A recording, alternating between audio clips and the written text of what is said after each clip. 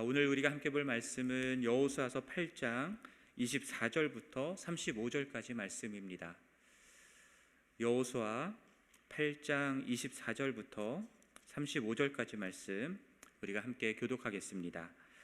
이스라엘이 자기들을 광야로 추격하던 모든 아이 주민들을 들에서 죽이되 그들을 다 칼날에 엎드러지게 하여 진멸하기를 마치고 온 이스라엘이 아이로 돌아와서 칼날로 죽이매 그날에 엎드러진 아이 사람들은 남녀가 모두 12,000명이라.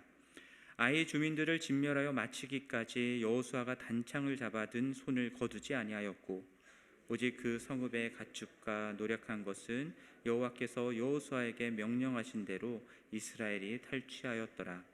이에 여호수아가 아이를 불살라 그것으로 영원한 무더기를 만들었더니 오늘까지 황폐하였으며 그가 또 아이 왕을 저녁 때까지 나무에 달았다가 해질 때에 명령하여 그의 시체를 나무에서 내려 그 성문 어귀에 던지고 그 위에 돌로 큰 무더기를 쌓았다.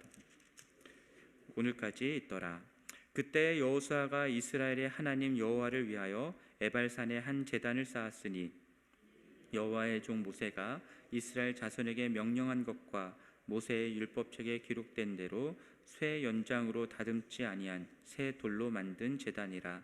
무리가 여호와께 번제물과 화목제물을 그 위에 드렸으며 여호수아가 거기서 모세가 기록한 율법을 이스라엘 자손의 목전에서 그 돌에 기록하매 온 이스라엘과 그 장로들과 관리들과 재판장들과 본토인뿐 아니라 이방인까지 여호와의 언약궤를 맨 레위 사람 제사장들 앞에서 궤의 좌우에 서되 절반은 그리심산 앞에 절반은 에발산 앞에 섰으니 이는 전에 여호와의 종 모세가 이스라엘 백성에게 축복하라고 명령한 대로 함이라.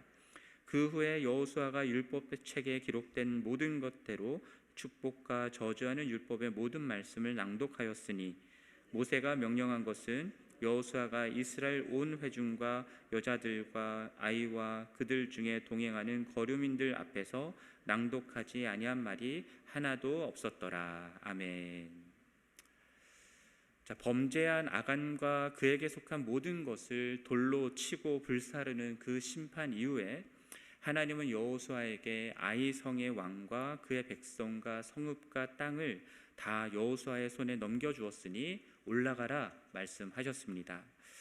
그리고 8장 2절 말씀을 보면은 여리고와 그의 왕에게 했던 것처럼 아이 성과 그 왕에게 행하라 말씀하셨고요. 다만 차이점이 있다면 탈취할 물건과 가축은 이스라엘이 스스로 가지라라고 말씀을 하셨습니다. 자, 여리고와 그의 왕에게 하나님께서는 어떻게 하라고 하셨었는지 기억나십니까? 그 안에 있는 그 성 안에 있는 모든 것들을 온전히 바치라 말씀하셨죠. 그래서 남녀노소 소, 양, 나귀까지 멸하게 하셨고요. 모든 것을 불사르라 하셨습니다. 은, 금과 동철 기구들만 여호와께 구별된 것이기에 여호와의 곳간에 드리라 말씀하셨고요. 이에 여호수아는 여호와 하나님이 말씀하신 대로 군대를 거느리고 올라가죠. 그리고 아이성에서 유인하고 사람들을 유인하고 또 매복해서 치는 그러한 전술을 사용하여서 전쟁에서 승리하게 됩니다. 그리고 오늘 본문 24절부터 29절까지의 내용 속에서 아이성과의 전쟁을 어떻게 끝까지 완수했는지를 우리들에게 보여주는데요. 24절과 25절 말씀을 보면은 여호와 하나님이 말씀하신 대로 아이의 모든 주민들을 칼로 진멸하였고 그 죽은 남녀의 수가 12,000명이었다라고 말씀합니다. 그리고 26절 말씀 보면은 아이성의 모든 주민들을 진멸하여 바치기까지 여호와 하나님이 말씀하신 대로 아이성을 향해 들었던 단창을 여호수아가 거두지 않았다라고 말씀하고요. 그리고 27절 말씀 보면은 여호와 하나님이 말씀하신 대로 그 성읍의 가축과 노력한 것들을 탈취하였다 말씀하죠. 그리고 28절 그 외의 성읍과 남은 모든 것들은 다 불살라 영원한 무더기를 만들었다라고 말씀합니다. 29절 말씀 보면은 23절 어제 본문 끝에 마지막 절이었던 23절에서 사로잡았던 아이성의 왕을 죽여서 저녁 때까지 나무에 달아 놓았다가 해질 때에 시체를 나무에서 내려 성문 어귀에 던지고 그 위에 돌로 무더기를 만들었다라고 말씀합니다. 자, 시체를 나무에 달았다가 해질 때 내리는 것, 이것은 신명기 21장 22절 23절에서 말씀하신 율법에 대한 순종이었습니다. 죽을 죄를 범하여 처형된 사람의 시체를 나무 위에 달아서 밤새도록 두지 말고 장사하여 하나님이 기업으로 주신 땅을 더럽히지 말라 하나님이 말씀하셨거든요. 여호수아는 지금 그 말씀을 지켜 행하고 있는 것입니다. 제가 길게 여호수아가 어떻게 전쟁을 완수했는지 이런 부분들 말씀드렸는데요. 결국은 여호수아와 이스라엘이 여호와 하나님의 말씀대로 전쟁을 수행하였고 승리를 거둘 수 있었다라는 것을 말씀드리기 위함입니다. 여리고 성을 치는 전쟁도 기억해 보십시오. 듣도 보도 못한 하나님께서 말씀하신 방법대로 순종하였을 때 승리할 수 있었잖아요. 아이성과의 전쟁에서 패하였던 첫 번째 전쟁에서 패하였던 이유가 무엇입니까? 아간이라는 사람이 하나님의 말씀에 불순종하였기 때문이었습니다. 하나님께 온전히 바쳐진 물건을 가져다가 숨겼기 때문이었죠. 이에 하나님의 말씀에 불순종한 아간과 그에게 속한 모든 것들을 다 하나님의 말씀대로 멸하고 그 이후에 두 번째로 아이성과 다시 전쟁을 벌였을 때 여호수아는 하나님의 말씀하신 대로 순종함으로써 승리를 거둘 수 있었습니다. 그러니 이스라엘이 승리를 거둘 수 있었던, 전쟁에서 승리를 거둘 수 있었던 유일한 비결은 무엇입니까? 하나님의 말씀대로 순종하는 것이었습니다. 하나님의 백성이 행하는 전쟁에 있어서 전략이나 전술, 군사의 숫자나 무기와 같은 군사력만으로는 승리를 얻을 수가 없는 것이죠. 하나님이 말씀하신 대로 순종하느냐 하지 않느냐, 이것이 이들의 승리를 결정짓는 중요한 요인이었습니다. 하나님의 말씀대로 순종한다라는 것은 무슨 뜻이겠습니까? 이스라엘이 여호와 하나님을 그들의 유일한 주님으로 모신다라는 겁니다.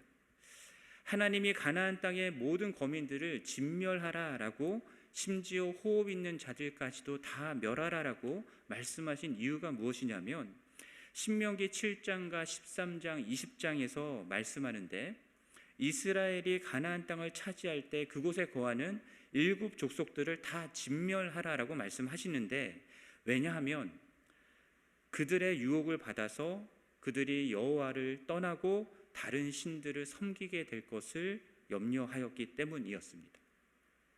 결국 하나님이 아닌 다른 신들을 섬기는 우상 숭배의 죄악에 대한 심판이자 하나님의 백성들이 우상 숭배의 죄악에 빠지지 않게 하기 위해서 하나님께서는 가나안 거민들 족속들을 다 진멸하라라고 말씀하셨던 것이죠.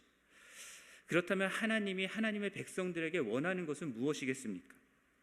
오직 하나님 한 분만을 사랑하고 그 하나님 한 분만을 섬기기를 원하시는 것입니다.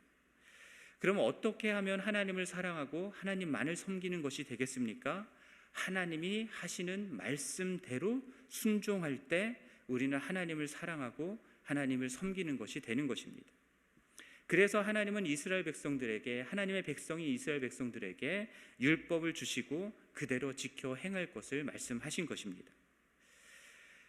그래서 이스라엘은요, 가나안 땅에 들어가기도 전에도 그랬고, 가나안 땅에 들어가서 정복 전쟁을 할 때도 그랬고, 정복 전쟁을 다 마친 이후에도 그랬고, 오직 여호와 하나님 한 분만을 사랑하고 섬기는 하나님의 백성이어야 했던 겁니다.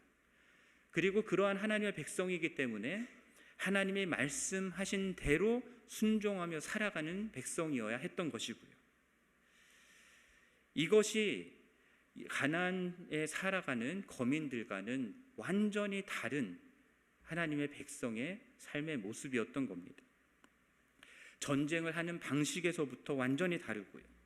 전쟁의 승패를 가늠하는 기준에서도 완전히 다른 겁니다. 이스라엘 백성들은 하나님의 백성으로서 오로지 하나님의 말씀대로 순종하는 자들이어야만 했던 겁니다. 그래서 아이성과의 전쟁에서 승리한 여호수아가 그 이후에 무엇을 합니까? 다음 전쟁을 준비하기 위해서 군사와 무기들을 정비하는 일을 하지 않습니다. 다음 전쟁을 위해서 진격해서 계속해서 전쟁을 하려고 하지도 않습니다. 30절 말씀을 보면 무엇을 합니까? 여호수아가 이스라엘의 하나님 여호와를 위하여서 에발산에 한 제단을 쌓는다 말씀합니다. 그리고 그 돌 제단은 쇠 연장으로 사람의 손으로 다듬지 않은 그 새 돌로 만든 제단이었고, 거기서 여호와 하나님께 번제와 화목 제물을 드렸다 말씀합니다. 32절과 33절 말씀 보면은 모세가 그 돌 제단에 율법을 기록하였다 말씀하고요. 그 후에 온 이스라엘과 장로들과 관리들과 재판장들과 그리고 심지어 이방인들까지 언약궤를 맨 제사장들 앞에서 언약궤의 좌우에 서게 하죠. 절반은 그리심산 쪽에 서게 하고요, 절반은 에발산 쪽에 서게 합니다. 에발산의 남쪽에 있는 산, 그 계곡이 바로 그리심산과 에발산을 구분짓는 그 계곡이거든요. 거기에 서서 율법책에 기록된 모든 말씀을 하나도 빠짐없이 낭독하였다 말씀합니다. 왜 그랬겠습니까? 여호수아가 지금 모세를 통하여서 하나님이 하신 말씀에 순종하고 있는 겁니다. 신명기 27장 말씀을 보면은 모세가 이스라엘 백성들에게 하는 명령이 나옵니다. 요단을 건너서 가나안 땅에 들어가게 되거든 쇠 연장을 대지 않은 다듬지 않은 돌단을 쌓아서 번제와 화목제를 드리라 말씀하였습니다. 그리고 그 돌에 모세가 기록한 율법을 기록하라 하였거든요. 그리고 신명기 27장 후반절 말씀들을 보면은 가나안 땅에 들어가면 이스라엘 지파들을 둘로 나눠서 하나는 축복하기 위해 그리심산에 세우고 다른 하나는 저주하기 위해 에발산에 서게 하라 말씀합니다.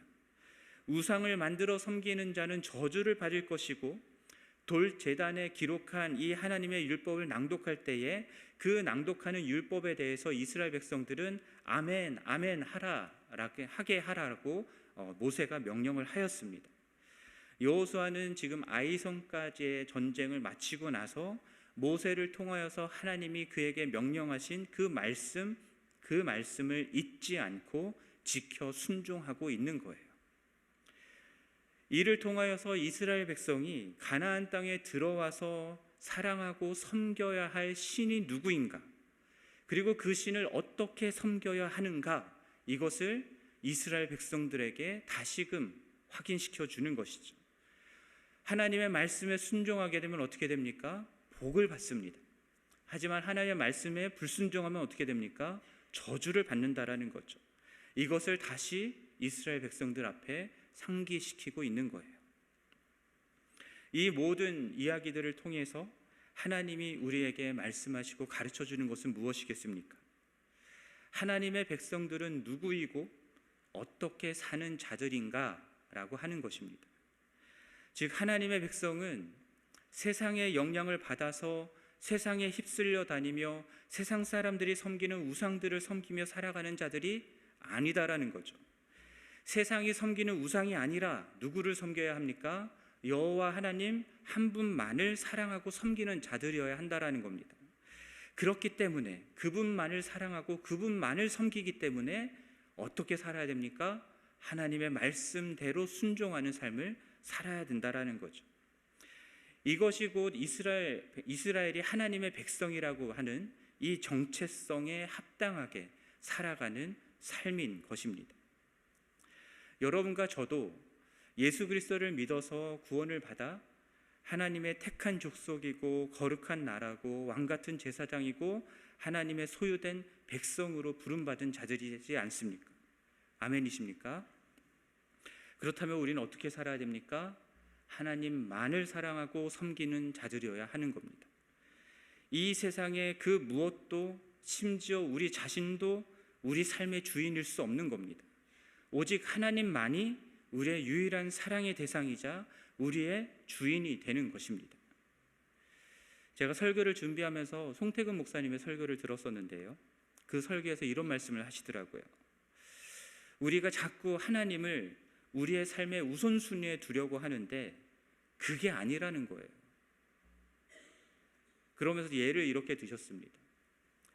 제가 제 삶의 제 1순위에 제 아내를 두는 거예요. 그리고 2순위에는, 3순위에는, 4순위에는 다른 여자들을 두고 산다. 그렇게 했었을 때 제 아내가 나는 1순위니까 행복해요 이렇게 말하겠습니까? 아니다라는 거죠. 어느 부인이 그러겠습니까? 제 아내가 제 사랑의 유일한 대상이 되어야 하고 제 전부여야 하는 것이죠. 하나님도 그리스도인의 삶 속에 유일한 사랑의 대상이자 섬김의 대상이 되어야 한다라는 겁니다. 그러니 우리가 우선순위를 하나님께 둔다라고 하는 이 말이요, 하나님만을 우리 삶의 모든 것으로 만든다라는 의미가 아니라면, 하나님을 우선순위에 두고 그 2순위, 3순위에는 이 세상의 다른 것들을 두고 살아간다면 그거는 하나님을 유일한 사랑의 대상으로 섬기는 게 아니다라는 겁니다. 그러니까 우리가 우선순위를 조정하고 제 우선순위에 하나님을 둔다 말하지만 계속해서 우선순위가 바뀌는 일들이 일어나는 이유가 2순위, 3순위는 다른 것들을 사랑하고 있기 때문이다라는 거죠. 그러므로 여러분, 우리가 하나님의 백성으로서 우리들이 사랑하고 섬겨야 되는 우리의 유일한 대상인, 사랑의 대상인 분은 누구셔야 하는 겁니까? 여호와 하나님 한 분이셔야 하는 겁니다. 이건 우선순위의 문제가 아니라 우리 삶의 전부여야 하는 겁니다. 그리고 그렇기 때문에 우리는 하나님이 말씀하시는 말씀을 순종하며 살아가야 하는 것이죠. 몇 가지 열심을 내서 순종하는 것만으로는 안 된다라는 겁니다. 순종할 것과 하지 않을 것, 그것을 내가 내 마음대로 결정한다면 우리는 하나님을 유일한 주인으로 모신 게 아니라 여전히 내가 내 삶의 주인으로 살아가는 것입니다. 말씀에 몇 가지만 순종하고 나머지는 세상의 현실들, 내 욕망의 기준과 판단을 좇아서 살아간다면 그건 하나님을 주인으로 모신 삶이 아닌 거죠. 우리들의 지, 정, 의를 포함하는 우리의 총체적인 삶, 그 모든 것들을 다 하나님의 말씀대로 살아가고자 하는 것이 우리들에게 요구되는 것입니다. 이것은 전쟁의 승패가 말씀의 순종에 달려 있다라고 말하는 것처럼 우리가 이 세상을 살아가는 동안 생존을 걸고 싸워야 하는 문제라는 거예요. 내 눈에 아무리 좋아 보이고 세상적인 기준으로 아무리 훌륭한 선택이라고 사람들이 얘기한다 할지라도 하나님이 아니라 하시면 그 길로 가지 않아야 하는 것이고요. 그 반대도 마찬가지입니다. 그런데 오늘날 교회의 문제는 구원받은 하나님의 백성이라고는 하는데 하나님의 말씀이 무엇인지도 못하는 분들이 교회 안에 너무 많고, 하나님의 말씀을 읽지도 않고 묵상하지 않는 분들이 너무 많고, 그렇기 때문에 하나님의 말씀대로 순종하며 살아간다는 것이 그냥 나의 선택이 되어버린 성도들이 너무 많다라는 겁니다. 하나님이 우리에게 주신 말씀을 읽지도 않고 묵상하지도 않는데 어떻게 하나님의 말씀이 무엇인지 알 수 있고 우리가 순종해야 하는 것이 무엇인지를 알 수 있겠습니까? 우리가 하나님의 말씀을 가까이 하지 않고 묵상하지 않는다, 그 자체로 우리는 하나님을 내 삶의 유일한 주님으로 모시지 않고 하나님과 이 세상의 것, 나를 우상으로 동시에 섬기고 있다는 것을 자인하는 셈이 되는 것입니다. 그래서 하나님의 백성들은 하나님의 말씀을 지금 돌단에 기록하고 그 말씀을 빠짐없이 백성들에게 낭독하고 백성들은 그것에 아멘 하였던 것처럼 우리 손에 들려있는 하나님의 말씀, 그 하나님의 말씀을 날마다 읽고 묵상하며 우리 마음판에 새겨야 하고 그 말씀에 아멘하면서 순종하는 삶을 살아야 하는 것입니다. 교회 다니는 사람들이 하나님의 백성이 아니라 이렇게 사는 사람들이 하나님의 백성이다라는 거예요. 가나안 거민들뿐만 아니라 아간도 심판을 받아서 멸망을 당했잖아요. 아간은 이스라엘 백성이었잖아요. 그럼에도 불구하고 하나님의 말씀에 불순종하였을 때 그는 심판받아 진멸당했습니다. 하나님의 말씀에 순종하지 않음으로써 하나님 외에 다른 것들을 사랑하고 섬기고 있다라는 이유 때문에 하나님 보시기에 역겨운 죄악을 범한 자로 심판을 받은 것입니다.